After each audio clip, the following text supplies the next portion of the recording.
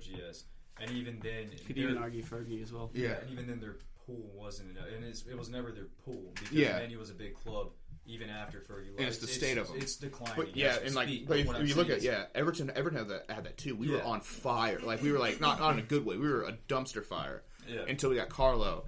And even when we got James and like that, everybody was like, yeah, they're a dumpster fire, but Carlo's got a project. Carlo's doing something right now. And so that's how we got Allen, who had played for him. But we also got Decore, who we were trying to get, because when Marco Silva came, he was the manager of Watford before he came to us. Mm-hmm. And we were trying, and we got Richarlison from them. We were also trying to get Decore, and they wouldn't sell us that. And Decore didn't want to come. And so, but we finally got Decore, and we got all these players, stuff like that. And while we were on a dumpster fire, you had a manager who had name recognition, who had won multiple Champions Leagues and everything like that. And so it kind of made up for the dumpster fire thing. But I don't think OGS has the cachet to kind of push away the dumpster fire and be like, yeah, there's a dumpster fire, but OGS is doing something right now. Yeah, but I also don't think the board's notorious. Yeah, you can't do anything with that. Like Louis van Gaal, your board's very reactive too. Because if you look at it, Jose Mourinho wanted a lot of those players and wouldn't sign them. And they wouldn't sign them, but then they signed them for OGS, who didn't want those players. Who didn't want them. When they called him out. Yeah, and I think it's just a thing of y'all are like you're Man U. Like everybody in the world, whether you know soccer or not, knows who Manchester United is, and it's just the fact that it seems now that you're bored and everybody are just content with just making the Champions League. They're content with making Champions League. Steady profit. It's a business, and that's the downfall of modern soccer, is that now you got private equity people coming in, and being a finance guy, I know how private equity people work. Mm-hmm. I know how that shit works, and it's all about a profit. They do not care if you win the Premier League. Because think about it, if you win the Premier League, you make a hell of a profit. Even if we do win, that's an afterthought. But to do that, you have to invest in it. And private equity people are not the kind that are like, all right, we're going to invest all this money so that we can maybe make a higher profit. We're going to invest less money so we can definitely make a profit. Fucking apparently, United are about to put out, I think it's $9 million in dividends around January. Mm-hmm. It's like, where was that $9 million 2 months ago? Yeah, damn it, for the Glazers, and then where's all that money going? How all of a sudden are Tampa Bay able to sign Rob Gronkowski and Antonio Brown and Tom Brady? I know there's a salary cap there, but come the fuck on! It's easy to get players who have made. It's the same thing with us. It's easy to get players who have made millions and millions and millions through their career to sign for $3 million instead of $10 million because they're still making $3 million. Or whatever we're paying James, and that's another thing that I don't like is that La Liga and PSG have kind of ruined soccer. Barca and Real. Yeah, Barca Real, like La Liga clubs. Barca you know Real. Why? When their TV rights they're individual. Yeah. Well, they're individual, right? But 25% goes to so Barcelona get 25%, Real get 25%, and then the rest of the teams have to split the 50% left. So it's completely screwed. But Barcelona and Real and PSG have just ruined kind of European City. And City, because they've been able to get these players. Like you look at if you go to Real or Barcelona with Eden Hazard and you go there and you have the world on your back because you have these debut parade type things where you go and dribble in front of the fans, 50,000 fans. Can't even do it. And you go out there and you do this shit and you have the world on your back and you don't perform, then there are clubs who will take you, but they're not going to pay the money. They're not going to pay the money that you're out there, and they're not going to pay the wages you're out there. And half of it is the players, and half of it is the agent. But which is the problem that United are having. You're inflating all of this. You're inflating all of these prices because you're going to a PSG who broke the record by 50 times for Neymar.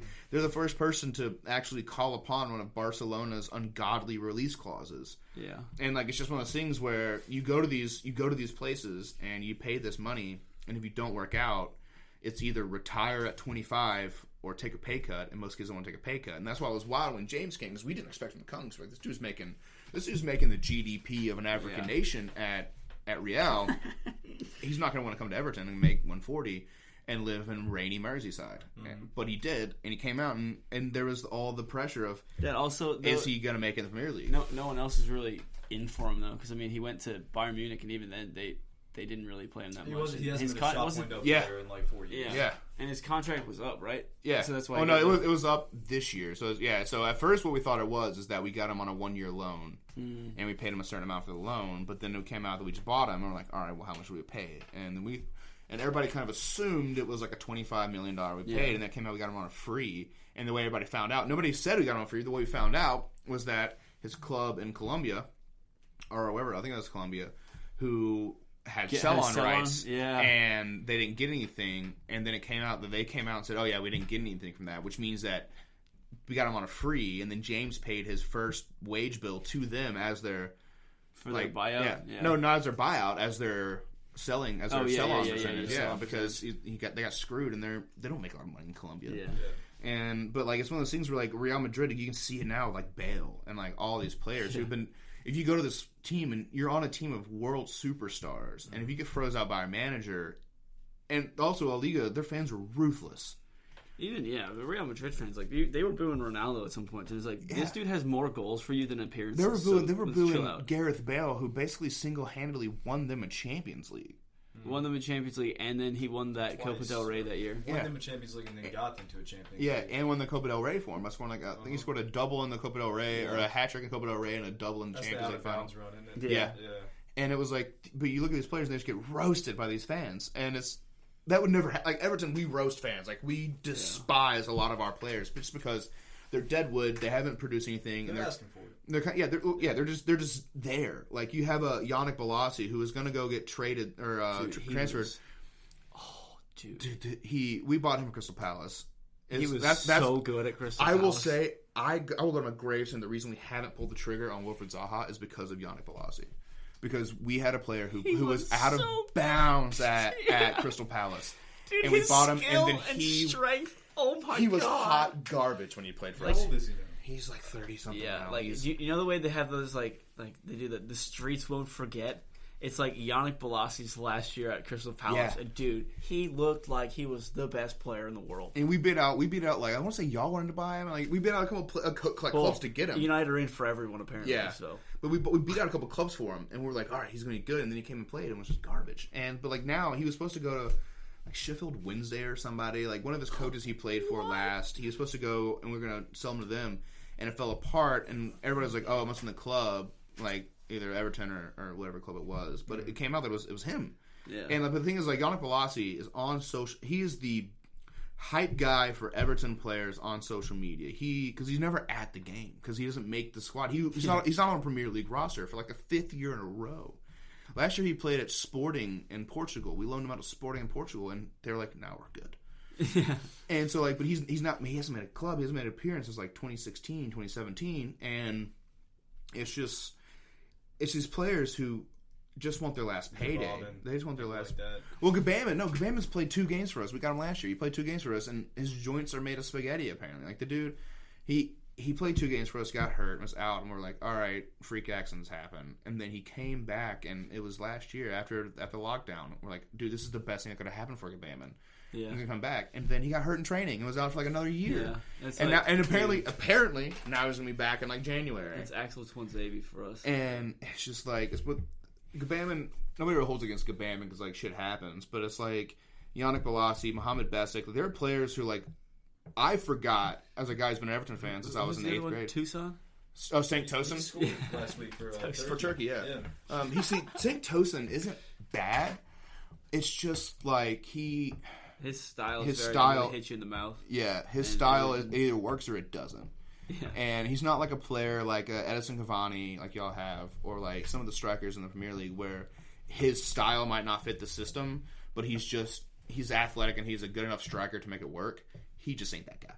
His style is his style, and if it doesn't work, it ain't gonna work. And so like you see him when he went and played for Crystal Palace. Like the first week he played for Crystal Palace, he scored like a hattie, and then he tore his ACL.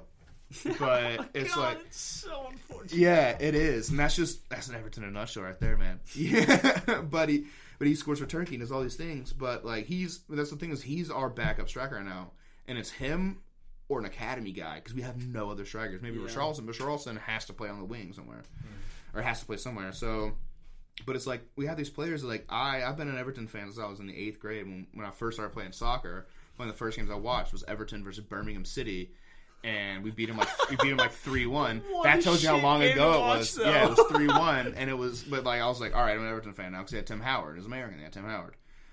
But I've been a fan of long enough, and me is that like I've forgotten that like Shanai Terasaj is this guy, or I don't know how I pronounce it, but he's Swiss. And we got him from a club called Grasshopper over there. And what a club! I gotta look that up. Yeah, it's great.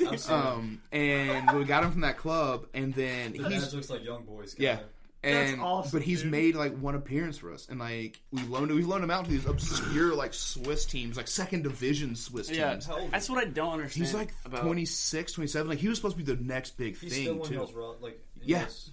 That's what I don't. No, actually, no. I think we just cut him. I want to say like there's been a couple players who we were like, we'll just pay you a lump sum right now if you just don't come back to Finch Farm. Like if you just leave Liverpool and never come back again. Fucking Sanchez, but no, I didn't. At first, y'all got some cash for him though.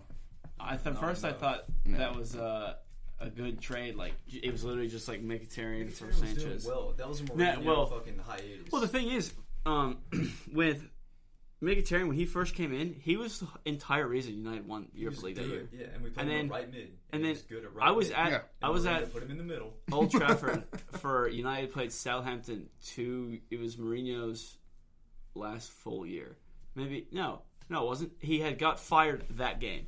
What was it? I was over there at Christmas, and then maybe he finished that year out because I think this year the United got second with that team then.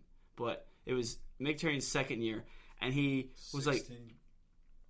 Something like 17, that. Yeah. But Mkhitaryan, me and my cousin were sitting there. We're clear, like the dude is working his ass off. Mm-hmm. He makes a bad pass or something, and all the fans in the crowd are like, "You're fucking shit. You're terrible." And it's like, this is not what you do for one of your players, man. Yeah. Like.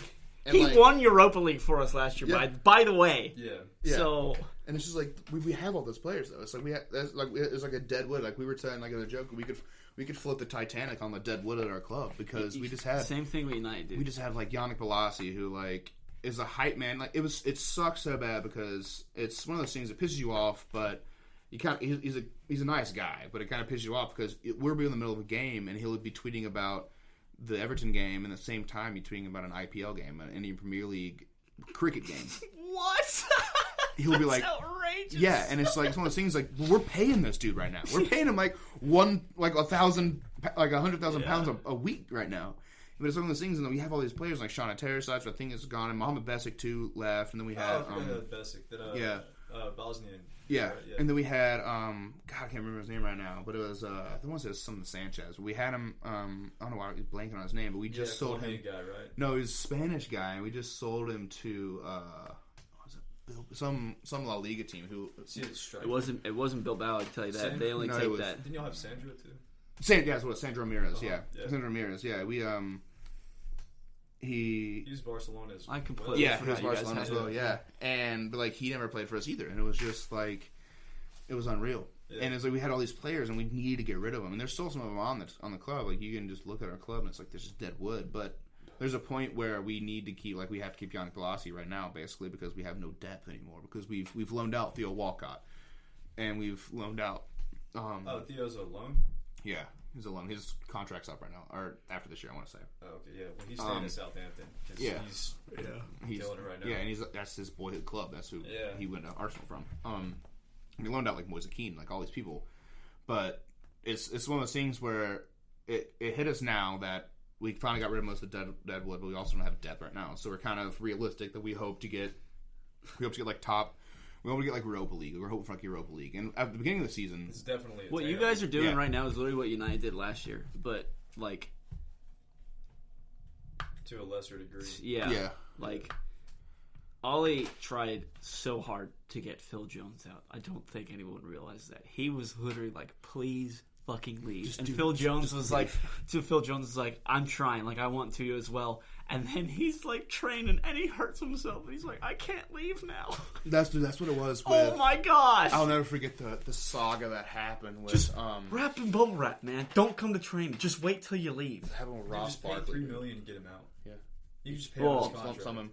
That's what we did with like a bunch of ours. That happened to us with Ross Barkley, though, man. So when Ross Barkley, man, Everton he born was and bred, really man. fucked you guys. We had a chance, like we had a diamond named Ross Barkley.